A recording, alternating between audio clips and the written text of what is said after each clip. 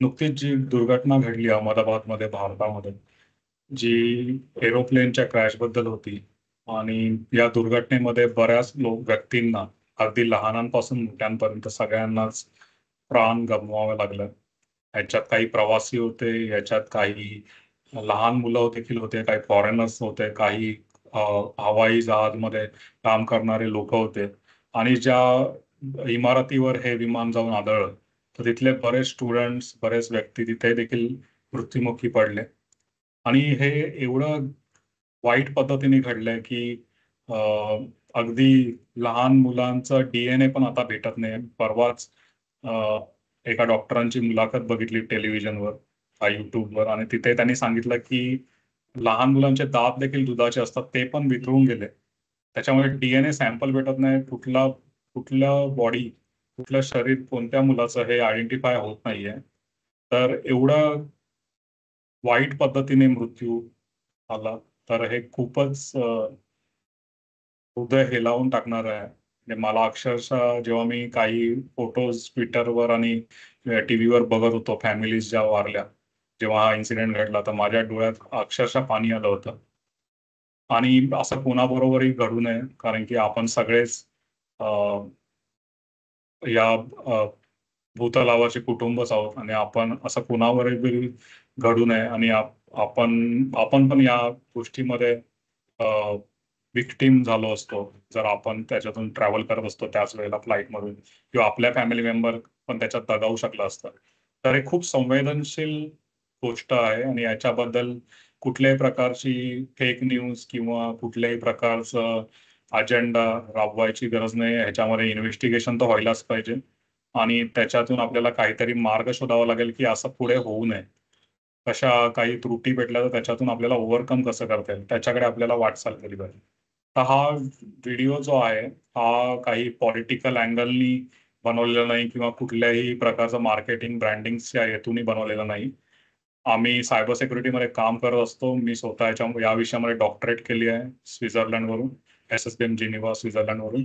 आणि जे माझी माहिती आहे, कारण की या विषयामध्ये आम्ही काम करत असतो, सायबर सिक्युरिटी कसं कंपन्यांचे ॲसेट वेगवेगळ्या डोमेनमध्ये आम्ही कसं प्रोटेक्ट करू शकतो, त्याच्याबद्दल आम्ही काम करत असतो. तर ते ज्ञान वापरून खरं तर कोणी वारलं किंवा कोणी जग सोडून गेलं तर आपण श्रद्धांजली म्हणून शांत राहतो.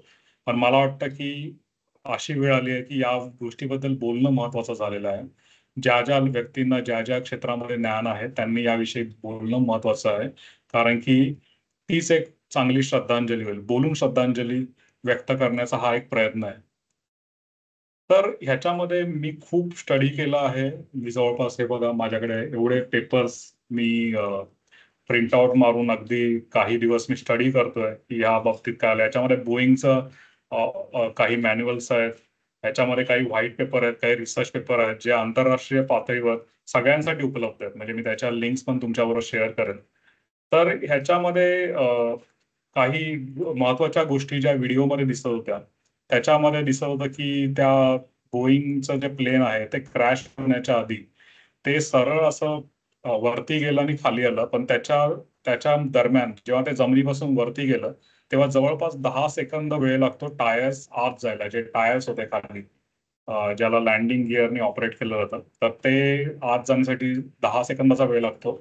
आणि त्याच्यासाठी विमानामध्ये एक प्रोव्हिजन दिलेली असते. हे बोईंगचं मॅन्युअल वाचून मी माहिती काढलेली आहे. तर ह्याच्यामध्ये काय असतं की एअर ग्राउंड सेन्सिंग सिस्टीम असते. म्हणजे विमान जमिनीवर आहे, त्याचे टायर्स जे आहेत ते जमिनीला लागलेले आहेत हे सेन्स करण्यासाठी दोन सेन्सर असतात. एक असतं टिल्ट होणारं सेन्सर आणि एक असतं जे टायरचा दबाव जो आहे त्याच्या बेसिसवर चालणार, असे दोन प्रकारचे सेन्सर असतात. आता ही थोडी भाषा जी आहे ती वैमानिकांसाठी किंवा विमान क्षेत्रात काम करणाऱ्या लोकांसाठी सोपी आहे, पण आपल्यासाठी थोडी कठीण आहे. तर मी मध्ये मध्ये थोडं खाली बघत जाईल, कारण माझ्याकडे पेपर्सचे प्रिंट आउट मारलेले आहेत मी. तर ह्याच्यामध्ये जेव्हा विमान थोडंसं वरती येतं जमिनीपासून, तेव्हा त्या सेन्सर कॉम्प्युटरला सांगतं की बघा आता आपलं विमान हवेत आहे, आता तुम्ही हे टायर्स जे आहेत ते आत घेऊ शकता. आणि मग तेव्हा तो जो लँडिंग गिअर आहे तो हलवला जाऊ शकतो. तोपर्यंत तो लँडिंग गिअर, माझ्या माहितीनुसार जे मला गुगल मारून किंवा बऱ्याच गोष्टींपासून मिळत आहे, तर त्याच्यानुसार तो लँडिंग गिअर काम करणार नाही, कारण की विमान जर जमिनीवर आणि चाकं जर आत गेली तर विमान खाली जमिनीवर आपटेल, आदळेल. तर ते होऊ नये म्हणून ते लँडिंग गिअर तसं बनवलं असतं. तर ते कॉम्प्युटराइज, हे विमान खूप ऍडव्हान्स टेक्नॉलॉजीचं होतं, कॉम्प्युटराइज होतं. तर ह्याच्यामध्ये लँडिंग गिअर तेव्हाच हलवला होता जेव्हा ते विमान हवेत आहे. तर हे विमान जेव्हा हवेत गेलं तरी लँडिंग गिअरनी काही कमांड दिली नसेल, किंवा तिथेच एक सिस्टीम फेल्युअर झाला असेल हायड्रॉलिकचा, किंवा जी पण तुमची इलेक्ट्रिकल सिस्टीम असेल. तर तिथेच एक थोडासा गॅप दिसतो ऍज अ रिसर्चर मला पण, की कॉम्प्युटरच्या कमांडमध्ये काहीतरी गडबड झाली तिथेच त्या क्षणाला, आणि विमानाचे जे विमानाला असंच वाटत होतं की तो जसं काय जमिनीवरच धावतोय, आणि ते लँडिंग गिअर हल्लंच नसणार, कारण ते विमानाची चाकं आपल्याला दिसतात बाहेरच आहे. तर बऱ्याच लोकांनी युट्यूबवर असे जेव्हा इन्व्हेस्टिगेशनचे व्हिडिओ टाकतात लोक, प्रत्येक जण, काही कॅप्टन्स येतात, काही पायलट्स येत आहेत, काही विमानातले पहिले काम करणारे इंजिनियर्स येतात, तर ते जे टाकतायत, तर त्याच्यामध्ये प्रत्येक जण, काही लोकांनी या गोष्टीवर असे विचार मांडले की हे काहीतरी त्यावेळेलाच काहीतरी प्रॉब्लेम झालेले, आणि काही अमेरिकेतल्या बऱ्याच देशांमधल्या पायलट्सनी पण अशा प्रकारचे इव्हिडन्सेस असे दाखवायचा प्रयत्न केला व्हिडिओमध्ये. तर त्याच्यामुळे थोडं असं मनात येतं की हे कॉम्प्युटराइज कंट्रोल जे सिस्टीम असते विमानामधली, ह्याच्यामध्ये काहीतरी हॅकिंग झाली का, किंवा ह्याच्यामध्ये काही मेंटेनन्सचा फ्लॉ होता का, किंवा ह्याच्यामध्ये काहीतरी प्रॉब्लेम झाला का. तर त्या अनुषंगाने आपल्याला असं वाटतं की कुठेतरी काहीतरी गडबड झाली, आणि एवढे एक्सपर्ट जे दोन्ही पायलट होते असं, आणि हे बोईंगचं जे प्लेन आहे 787, ह्याची जी तुम्ही हिस्ट्री बघाल, जर इतिहास बघाल, तर हे खूप एक चांगलं प्लेन आहे, खूप वेल डिझाईन प्लेन आहे. याच्यामध्ये अशा छोट्या मोठ्या मेंटेनन्सच्या गोष्टींनी तर काही मोठा अपघात होणार नाही. होऊ पण शकतो, पण असं सहसा असं होणार नाही, कारण खूप वर्ष हे विमान हवेमध्ये उड्डाण घेत आहे. आणि आताची जी ऍडव्हान्स टेक्नॉलॉजी आहे त्याच्यामध्ये या विमानामध्ये जवळपास 4 जनरेटर आहेत, 2 बॅकअप जनरेटर आहेत, बऱ्याच हायड्रॉलिक सिस्टीम आहेत, बरेच सेन्सर आहेत. ह्या विमानामध्ये फ्युएल सफिशियंट होतं. या विमानामध्ये एक इंडिकेटर असतो जेव्हा विमान चालू होतं, त्याच्यामध्ये ग्रीन सिग्नल आल्यावरच वैमानिक पुढचं स्टेप्स घेतो. म्हणजे प्रत्येक गोष्टीचं सेन्स करून त्याला डिस्प्लेवर दाखवलं जातं. आणि हे विमान नुकतंच दिल्लीवरून अहमदाबादला आलं होतं, त्याच्या आधी तो बहुतेक पॅरिसवरून दिल्लीला आलं होतं. तर अचानक असं काय घडलं थोड्याशा अवधीमध्ये, की ह्या विमानाचा काहीतरी मोठाच प्रॉब्लेम निर्माण झाला. तर इथे थोडी ता वाढते, आणि त्याच्यामुळे लोकांच्या मनात अशी पण शंका यायला लागली. बऱ्याच लोक आता युट्यूबला व्हिडिओ टाकायला लागलेत, आणि बरेच ठिकाणी गॉसिपिंग चालू झालंय की हे हॅकिंग तर नाही ना.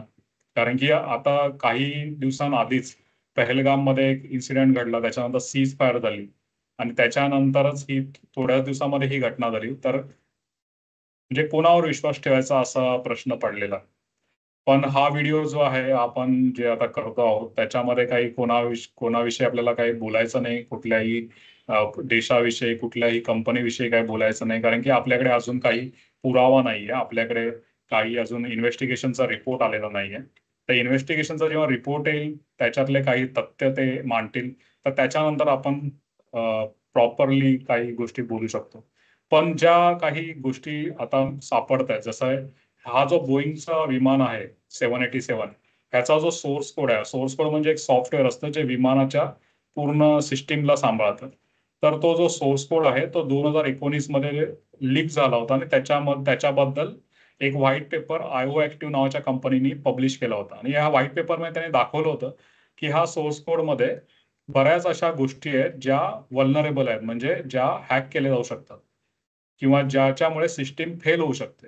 तर ह्याच्यामध्ये त्यांनी बफर ओव्हरफ्लो, म्हणजे मेमरीचं एक लिमिट क्रॉस करून, त्या मेमरीच्या लिमिटच्या बाहेर गेलेला डेटा टाकून, त्या बफर ओव्हरफ्लो कंडिशनमध्ये जाऊन त्या बफरला ओव्हरफ्लो करून, म्हणजे एखाद्या समजा व्यक्तीला तुम्ही 1 ग्लास पाणी दिलं तर त्याची कॅपॅसिटी असते की ते 1 ग्लास पाणी तो जिरवू शकतो. पण त्याला समजा आपण 1 बादली पाणी प्यायला लावलं, तर त्याचं काय हालत होईल? तो एकदम अ, अगदी म्हणजे त्याला अपाय होऊ शकेल. तर तसंच बफर ओव्हरफ्लो असतो, ज्याच्यामध्ये डेटा जेव्हा तुम्ही सतत खूप जास्त डेटा टाकाल, तर त्याच्यामध्ये काही चेक्स लागतात, की या लिमिटच्या पुढे मी डेटा घेऊ शकत नाही. त्याच्या पलीकडे जर डेटा आला, तर त्याच्यामुळे तो जो बफर आहे तो ओव्हरफ्लो होऊ शकतो, ती मेमरी जी आहे ओव्हरफ्लो होऊ शकते, ती सिस्टीम हँग होऊ शकते. जसं माणसाबद्दल होईल पाणी पिताना खूप जास्त, तसंच सेम सिस्टीमसाठी होईल. तर ती जी हँग होते सिस्टीम, तर ह्याच्यामध्ये काहीतरी गफलत होऊ शकते. म्हणजे ह्याच्यामध्ये काहीतरी हॅकिंग ऍक्टिव्हिटी होऊ शकते, असं त्या आयो ऍक्टिव्हच्या व्हाईट पेपरमध्ये त्यांनी एक्सप्लेन केलं. आणि त्यांच्याकडे एव्हिडन्स पण होते, त्यांनी थोडे फोटोज पण त्या कोडचे या व्हाईट पेपरमध्ये टाकले. जवळपास 55 पानाचा व्हाईट पेपर आहे. त्याची लिंक पण आपण या व्हिडिओच्या डिस्क्रिप्शनमध्ये देऊ शकतो लोकांसाठी. तो आत्ताही अवेलेबल आहे, तुम्ही डाउनलोड करू शकता. आणि बोईंग ही जी कंपनी आहे, जी विमान मॅन्युफॅक्चरिंग आहे, त्यांनी ह्या गोष्टीला डिक्लाइन केलं, सांगितलं की असं काय होत नाही, असं काय होऊ शकत नाही. तर आता हा जो कोड आहे, या सिस्टीमला हॅक कसं केलं जाऊ शकतं. तर त्याच्यामध्ये ह्या व्हाईट पेपरमध्ये काही शेवटच्या पानांमध्ये सांगितलं गेलंय की ह्या सिस्टीमला ऍक्सेस करण्यासाठी तुम्हाला आयदर वायर लावून तुम्ही ऍक्सेस करू शकता, वायर्ड कनेक्शननी, आणि मेंटेनन्स ऑपरेशन करू शकता. जसे सॉफ्टवेअर अपडेट असेल किंवा काही डेटाचे देवाणघेवाण असेल तर ते तुम्ही करू शकता. त्याच्या व्यतिरिक्त तुम्ही वायरलेस ऑपरेशन करू शकता की ज्याच्यामध्ये लिमिटेड काही फीचर्स दिलेत जे तुम्ही ऍक्सेस करू शकता सिस्टीमचे, कॉम्प्युटर सिस्टम जे यांचं आहे विमानाचं. आणि तिसरी गोष्ट जी त्यांनी सांगितली आहे ती फुल्ली वायरलेस. तर ही जरा मला डेंजरस वाटली. ज्याच्यामध्ये एक चॅलेंज कोड येतो, जसं आपल्याला ओटीपी येतो ऑथेंटिकेशनसाठी, तसा एक चॅलेंज कोड दिला जातो आणि त्याला वापरून तुम्ही विमानातली बरेच फीचर्स जे कंट्रोल करते जी सिस्टीम कॉम्प्युटर, त्याला तुम्ही ऍक्सेस करू शकता की कोड कसा हॅक होऊ शकतो. तर त्याच्या डिटेल्स तुम्ही या पेपरमध्ये वाचू शकता. मी सोप्या भाषेत बोलतोय ते. तर ह्याच्यामध्ये काय होतं की ह्याच्यामध्ये पण आता जर तुम्ही जरा जास्त डीप मध्ये गेलात तर ह्या वायरलेस मोडमध्ये, फुल्ली वायरलेस जी मोड आहे तिच्यामध्ये जेवढी माहिती मला इंटरनेट माध्यमातून मिळाली, तर त्याच्यामध्ये दाखवलं गेलं की त्याच्यामध्ये 2.4 गिगाहर्ट्ज जी आपल्या घरात आपण वायफाय राउटरला वापरतो, किंवा 5 गिगाहर्ट्ज जे आपण घरात वापरतो किंवा ऑफिसमध्ये वापरतो, त्याच्या व्यतिरिक्त 4.2 आणि 4.4 गिगाहर्ट्ज, तर एवढ्या फ्रिक्वेन्सी वापरल्या जातात. आणि 4.2 4.4 गिगाहर्ट्ज हे बहुतेक विमानाच्या इंटरनल कनेक्शनसाठी असतं. आणि जे वायरलेस सिस्टीम मध्ये जर आपण समजा, आपण असं गृहीत धरूया की 2.4 गिगाहर्ट्ज वापरून जर वायरलेस फुल्ली ऑपरेट केलेली असेल, म्हणजे मेंटेनन्स मोडमध्ये गेलेलं असेल, आणि त्याला समजा चॅलेंज कोड पण भेटला, म्हणजे ओटीपी भेटला आणि ऑथेंटिकेशन झालं, तर त्याच्यानंतर पण 150 मीटर पर्यंत 2.4 गिगाहर्ट्जची रेंज असते, तीच मॅक्झिमम रेंज आहे. आणि जर आपण 4.2 गिगाहर्ट्जची बघितली तर जवळपास 50 मीटर, आणि जर आपण 5G बघितलं तर 60-70 मीटर पर्यंत त्याची रेंज असते. जर तुम्ही बघितलं असेल की आपण जेव्हा घरात वावरतो, जर आपल्याकडे 5Gचं इंटरनेट आहे आणि आपण जर दुसऱ्या खोलीमध्ये गेलो तर ते 5Gचं इंटरनेट चालत नाही, कारण की मध्ये भिंत आली तर त्याचं म्हणजे त्याचा सिग्नल डिस्टॉर्ट होतो, किंवा लांब पण ते चालत नाही. पण जे 2.4 गिगाहर्ट्जचं जे कनेक्शन असतं ते लांबपर्यंत चालतं, जरी त्याचा परफॉर्मन्स थोडा कमी असतो, म्हणजे स्पीड जरा कमी असलं तरी. तर ह्याच्यामध्ये जर कोणी हॅकिंग ऍक्टिव्हिटी चालू विमानामध्ये केली असेल तर तो एकदमच जवळ असला पाहिजे, 150 मीटरच्या आत. तर ते तर पॉसिबल दिसत नाहीये. तर दुसरा पॉसिबिलिटी आहे की आतमध्येच कोणतरी बसलेला असेल, तर ते पण थोडं कठीण वाटतंय. तिसरी पॉसिबिलिटी ही आहे की आधीच्या प्लेन मधून कोणीतरी त्याच्यात जो ट्रॅव्हल केला त्या व्यक्तीने त्याच्यात काहीतरी माल फंक्शनिंग केली आणि त्याच्यानंतर तो निघून गेला, आणि नंतर जेव्हा प्लेन टेक ऑफ करायला गेला तेव्हा त्याच्यात काय प्रॉब्लेम झाला. तर हे पण असू शकतं, आपल्याला अजून काहीच माहिती नाही. तर आपल्याला जेव्हा प्रॉपर इन्व्हेस्टिगेशन रिपोर्ट येईल त्याच्यामध्ये आपल्याला कळेल की काय झालंय. आणि हा जो रिपोर्ट आहे हा माझ्या मते तरी फेअर असावा, कारण की याच्यामध्ये बऱ्याच कंपन्यांचं बिझनेस आणि म्हणजे मार्केटमध्ये त्यांचं रिप्युटेशन वगैरे, तर ह्या सगळ्या गोष्टी आहेत. तर त्याच्यामुळे हा रिपोर्ट फेअर असावा. बऱ्याच लोकांना याच्याबद्दल देखील शंका येते की हा जर ब्लॅक बॉक्स जर अमेरिकेत चाललाय तर ते थोडं बायस रिपोर्ट येऊ शकतो. संस्था याच्यामध्ये इन्व्हेस्टिगेशन करत आहे. तर एवढा कठीण होईल, कुठलंही करप्शन याच्यात होणार नाही अशी मला शाश्वती वाटते. आणि आपल्याकडे लवकरात लवकर एक अनालिसिस यावं, प्रिलिमिनरी रिपोर्ट तरी यावा की बाबा काय झालं असेल. तर ह्याच्यामध्ये असंही असू शकतं की हॅकिंग झालेली नसेल, तर वेल अँड गुड, खूप चांगली गोष्ट आहे, नाही झालेली.